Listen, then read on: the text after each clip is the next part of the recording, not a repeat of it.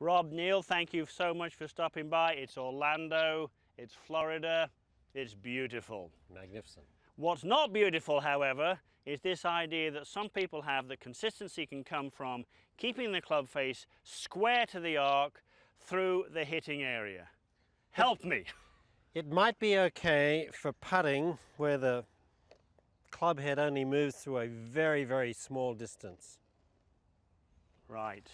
But when we're looking at full swing, Martin, can you imagine trying to keep the face of the club square when you're in the delivery position here, or square to the arc? I actually bought this magnet that sits on this no loft club to show the viewers at home.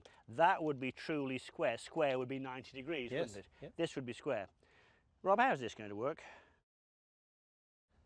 It only works, Martin, I think, if you can do it slowly. Yes. And I'm going to talk a little bit later about the relationship between where the center of mass of this club face is and where your hands are, because that will actually create a torque that will either open or close the club face for you without you having to do anything. All right. But I'd like you to just show people here this whole flawed notion of keeping the club face square here. Yeah, well, I mean, some people think that consistency will come from getting the club face square to the arc here. And I mean, what bugs me about that is, you know, the club's turning. As it's picking up speed now, it's like, no turning. I can't get how when it's going its fastest, the way clubs are weighted, that it cannot be turning. So tell me, show me what happens. Grab that club and show me what really happens.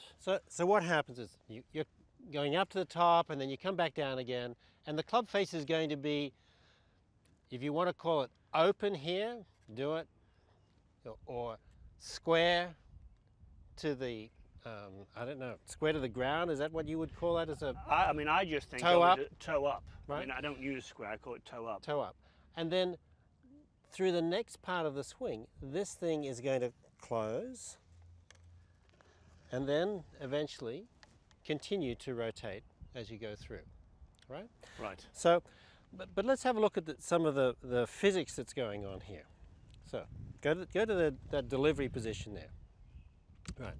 So right now, the center of mass of this club head is under the plane that the hands are moving. Yeah. Sasho Mackenzie did all this beautiful modeling work and says when the center of mass of the club is below the hand plane, the inertia of the system wants to close the face. Without you having to try. You don't have to do anything. As long as it's moving with some speed, that's what the inertia part is. The alternative is if it gets above the plane here, so when your hands are inside it, lo and behold, the inertia force now wants to open the club. Right. So the beauty of this, Martin, is that below the plane, the club face gets squared up for you without you doing anything.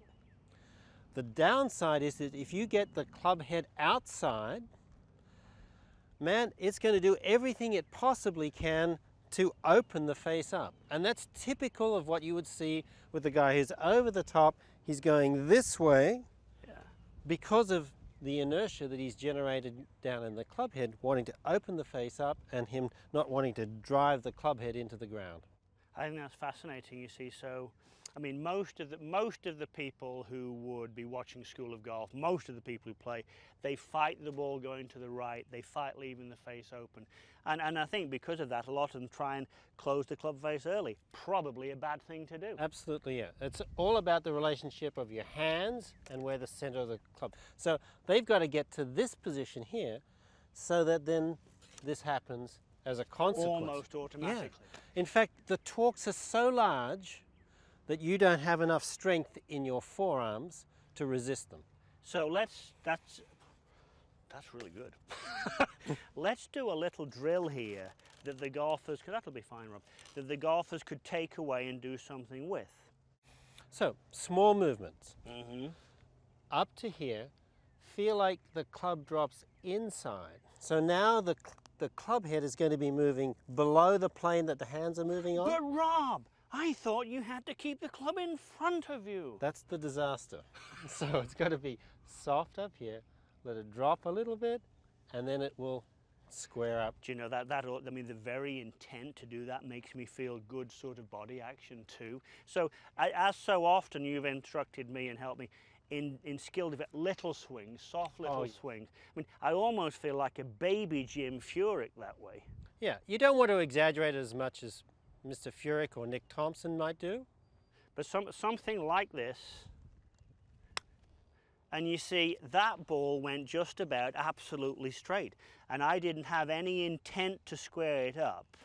So maybe it's not so much that really great players have this superior coordination. Maybe they have, you know, better alignments here that lead to a square contact. Yes, Yeah. no? Yeah, I don't think you need to go way under the plane.